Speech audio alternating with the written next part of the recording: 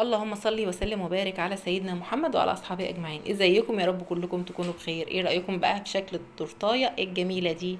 يلا بينا نبدا الفيديو بتاعنا ونقول بسم الله.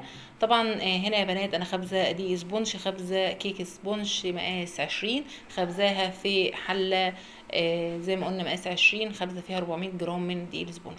طبعا هنا على ما هقطع بقى السبونج وكده سبت الكريم شانتيه يضرب. تمام، وحطيت كده كوبايتين من الشانتيه مقدارهم 200 جرام شانتيه. تمام، واول حاجه كده طلعت كده الاسبونج من الحله وابتديت ان انا هشيل طبعا الطبقه اللي تحت اللي بتبقى غامقه دي، ودلوقتي هبتدي ان انا اقطع واعملها هنا 5 ديسكات. طبعا يا بنات دقيق الاسبونج هنا نقول المقدار بتاعه 400 جرام من دقيق الاسبونج. حطيت عليهم نص كوبايه ميه، حطيت عليهم 5 بيضات، حطيت عليهم معلقه من المحسن الجل وشويه فانيليا. طبعا يا بنات هنا انا كنت فكرت ان قطعت 5 بس للاسف انا قطعت بس 4.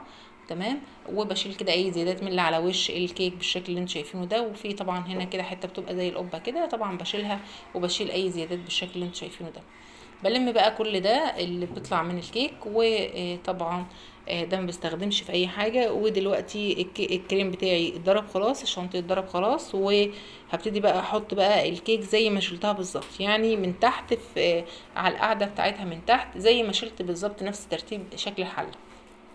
تمام، حطيت كده سقيت سيرب، وبعد كده السيرب حطيت الشانتيه، وبعد كده حطيت المكسرات، وهبتدي كده نفس الشكل بالظبط كده. بس طبعا هنا انا حطيت شويه من جناش الشوكولاته، وبعد ما احط جناش الشوكولاته هحط كده الطبقه التانية كده من الكيك بتاعي، وبرده هنكرر نفس الحكايه سيرب، وبعد كده هنحط كده شانتيه وهكذا.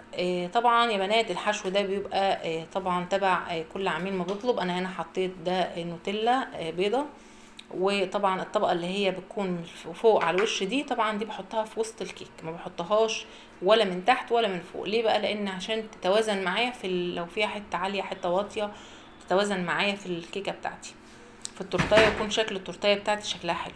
هنا حطيت بقى طبقه كمان كده من الكيك، وحطيت عليها الشانتيه والمكسرات، ودلوقتي حطيت جناش الشوكولاته، ودلوقتي هحط طبعا الطبقه اللي هي من الكيك الاخيره. طبعا يا بنات انا كنت مستعجله على التورتايه دي فما دخلتهاش الفريزر ولا حاجه، انا هشتغل في الفينش بتاعها على طول زي ما هتشوفوا معايا كده، وهلون بقى الشانتيه بتاعي. بس طبعا هنا بلملم بقى، هشيل عجان من مكانه عشان اوسع لنفسي، وطبعا عشان انتوا كمان تشوفوا التصوير اكتر ويبقى واضح معاكم. طبعا هاخد بقى كده في بوله كده، هاخد فيها معلقتين كده او 3 من الشانتيه، واحط عليهم كده نقطه من اللون الفوشيا. تمام، عشان انا مش عايزه لون غامق، انا عايزه لون فاتح، عايزه لون بينك فاتح. تمام، فهقلبه بالشكل اللي انتوا شايفينه ده. طبعا الفيديو كان طويل فانا كان لازم ان انا اسرع لكم الفيديو شويه. هنا بقى هنجيب اللون اللي هو الاسود البلاك، وهبتدي ان انا احط كده منه شويه بشويه على اساس ان انا اظبط اللون الاسود بتاعي. طبعا يا بنات اللون الاسود ده كان خلصان، وجبت واحده تانية فاشتغلت بيها على طول. التورتيه دي يا بنات انا كنت مستعجله عليها فعشان كده بس سبحان الله كانت حلوه، يعني اتعملت بسرعه، ما دوختنيش او ما تعبتنيش، بالعكس كانت جميله وخلصتها ما شاء الله بسرعه يعني. هنا بحط بقى بزود كده اللون اللي هو الاسود، بظبطه كده. طبعا الشانتيه بتاعي كان الشانتيه انا حطيت عليه معلقه شانتيه بودر، علشان الماده اللي انا بحطها او اللون اللي بحطه ده بيبقى سائل، فطبعا كل ما بحط السائل بالتالي هتلاقي بص تلاقي الشانتيه بتاعك بيسيل معاكي. لا انا عايزه الشانتيه برضو يبقى حلو في في ان انا لما اجي اجلس بيه يكون كويس معايا.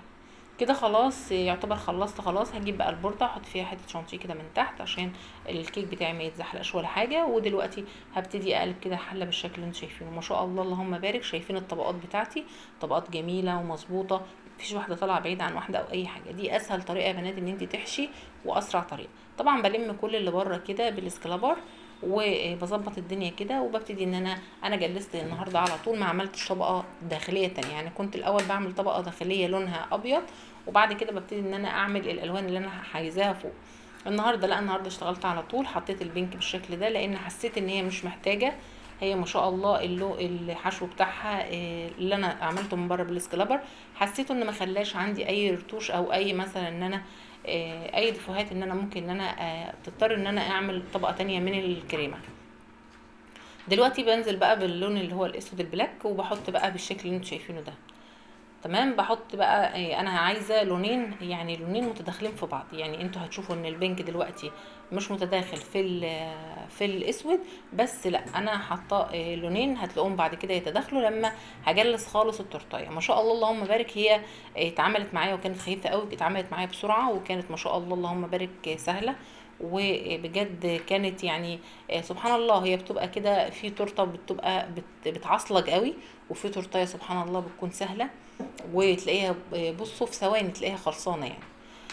هنا بجيب السكلابر وبشد كده بالراحه، تبصوا تلاقوا اللونين دخلوا في بعض. شايفين اللون البينك واللون الاسود، الاتنين تبصوا تلاقوهم، تحسوا ان الاتنين دخلوا في بعض، بقوا لون واحد يعني.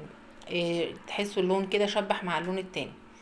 احس كده ان في اي اللون خف شويه ازود انا البينك، عايزاه يطلع لفوق شويه ازود انا يعني، ازود كل ما احس ان لون خف شويه ازود انا. مثلا الاسود حسيت ان هو من جنب كده خف شويه او حاطه اسود. اللون اللون البينك احط بينك، اللون الاسود احط اسود، وهكذا يعني. اما اظبط اظبط شكل التورتايه. ما شاء الله اللهم بارك، حسيت ان هي خلاص كده اتظبطت، فبشيل بقى اي زيادات فوق على وش التورتايه بالشكل اللي انتوا شايفينه ده كده. ودلوقتي بقى يا بنات هبتدي كده هاجي اشيل برضو اي زياده تحت لونها بينك. طبعا يا بنات الالوان الغامقه اللي هي الاسود او الكحلي، الالوان دي بيبقى صعب قوي، الدنيا بتتبهدل يعني بامانه. بتبص تلاقي ايديك اتبهدلت والمطبخ كله اتبهدل عامه يعني. بتبص تلاقي الالوان كلها دخلت في بعض، بس في الاخر النتيجه الحمد لله بتكون مرضيه وبترضيك وبترضي العميل. انا مش هقول لكم فرحه صاحبه التورتيه كانت ازاي لما جت سلمتها مني. كانت فرحانه بيها قوي ومبسوطه. شايفين بقى هنا باجي بالبوز بتاع السكرابر وببتدي اسحب بالشكل ده. طبعا هنا في عندي غلطه، انا البوز السكرابر او الزاويه بتاعته دخلت اول في الكيك فبينت لي الكيك، فجلستها تاني. وهنا ابتديت ان انا اعملها تاني زي ما انتم شايفين كده. شايفين تلفي طبق دوار، اهم حاجه يلف معاكي بسرعه وفي نفس الوقت تبصي تلاقيها ظبطت معاكي بالشكل اللي انت شايفاه ده. اهم حاجه ايدك تكون ثابته بس ما تكونش داخله لجوه، او ما يعني ما تدخلهاش قوي في الكريمه، تكون خفيفه. وتبتدي ان انت بقى تظبطيها. هنا طبعا انا بنقي الزاويه، احسن زاويه في التورتايه. طبعا كنت دخلتها هنا بقى في وقت قطعه النور، انا خلصت التجليس والفينش ده في وقت قطعه النور، ودخلتها التلاجة. بعد ما الكهرباء جت الساعه 6 ابتديت ان انا طلعت بقى الفراشات اللي هحطها بالشكل اللي انتم شايفينه ده كده. وهحط بقى كله، هكملها يعني. هحط بقى الفراشات بتاعتها بالشكل ده. هو الفراشات كانت مطلوبه بالشكل اللي انتم شايفينه ده. والتوبرز ده برضو انا عاملاه بنات. التوبرز الذهبي ده بعمله في واحد بيشتغل في الحاجات دي، ببعت له الصوره على الواتساب وهو بيعملها لي. طبعا يا بنات التوبرز ده بيعمل له 35 جنيه، طبعا غير الوردات. كان كده يعتبر شكل الصوره اللي هي بعتها لي او الديزاين بتاع التورتيه بالشكل ده. قالت لي انا عايزه عليها شوكولاته، اضافات شوكولاته، فقلت لها حاضر انا هعمل لك شوكولاته. فطبعا كان لازم ان اللون الغامق زي ده اكسره بلون فاتح، فطبعا ما لقيتش حاجه ان هي تكسر اللون خالص غير اللي هو اللون الذهبي.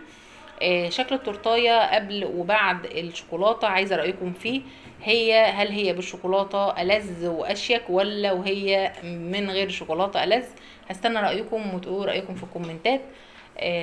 بحط بقى طبعا يا بنات كل الشوكولاته دي معموله بالقوالب السيليكون، انا ما بشتغلش بحاجه تانية غير قوالب السيليكون، غير بسيط جدا. القوالب السيليكون بتكون حلوه قوي. فكنت بفكره ان انا عايزه احط فيها لون داست ذهبي، بس لا، انا لون داست فضي. بس اكتفيت بالداست بس اللي هو الذهبي. هحط بقى كده زي ما انتم شايفين كده بشكل كده، ترتبيهم كده، مش شرط نفس الاشكال شكل واحد، لا هي اشكال مختلفة خالص، مش هحط كله شكل واحد. هحط كده اشكال كده مختلفة. تمام زي ما انتم شايفين كده بالشكل الجميل ده. وده كده يعتبر شكل التورتايه النهائي. اتمنى تقولوا رايكم ايه في الكومنتات، واقول لكم مع السلامة واشوفكم في فيديو جديد. سلام.